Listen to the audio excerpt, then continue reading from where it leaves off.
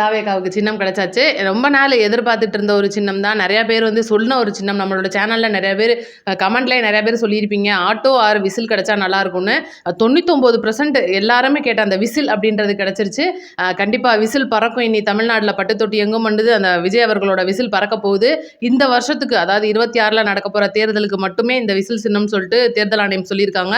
10 சின்னம் கொடுத்ததுல முதல் சின்னமாக இருந்த விசில் சின்னத்தையே வந்து இன்னைக்கு தமிழக வெற்றி கழகத்துக்கு தேர்தல் ஆணையம் கொடுத்துருக்கு. விஜய் அவர்களோட விருப்பப்படியே இந்த விசில் சின்னம் கிடைச்சிருக்கு அப்படின்னு சொல்லிட்டு உண்மையிலே தமிழக வெற்றி கழகத்தில் இருக்கிற எல்லா நிர்வாகிகள், தொண்டர்கள் எல்லாருமே ரொம்ப மகிழ்ச்சியாக இருக்காங்க. நீங்கள் நம்ம கமெண்ட் பாக்ஸில் உங்களோட மகிழ்ச்சியை சொல்லிடுங்க.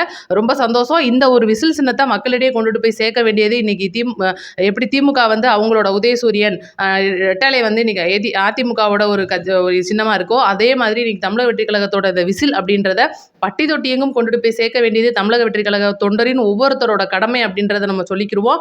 மறக்காம கமெண்ட் பண்ணிடுங்க, ஷேர் பண்ணுங்க. இந்த ஒரு சின்னம் அப்படின்றது பட்டி தொட்டி எங்கும் கலந்து இன்னைக்கு ஏழை மக்கள், எளிய மக்கள், தெரியாதவங்க, தெரிஞ்சவங்க எல்லாத்துக்கிட்டையும் கொண்டுட்டு போய் சேர்க்க வேண்டியது தமிழக வெற்றி கழக தொண்டர்களின் தலையாய கடமையா இருக்கு. நன்றி, வணக்கம். ரொம்ப சந்தோஷமா இருக்கு. விசில் அடிச்சு சொல்லுங்க, சின்னம் கிடைச்சிருச்சு, விசில் சின்னம். ஓகேவா?